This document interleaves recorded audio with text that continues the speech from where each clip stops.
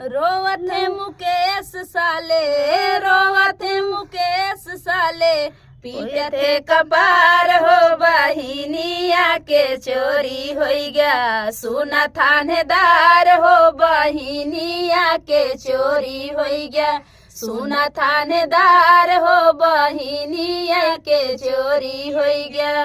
रोवत है मुकेश साले, रोवत है मुकेश साले, पीटत है कपार हो बहिनिया के चोरी हो गया। सुना थानेदार हो बहिनिया के चोरी हो गया। सुना थानेदार हो बहिनिया के चोरी हो गया।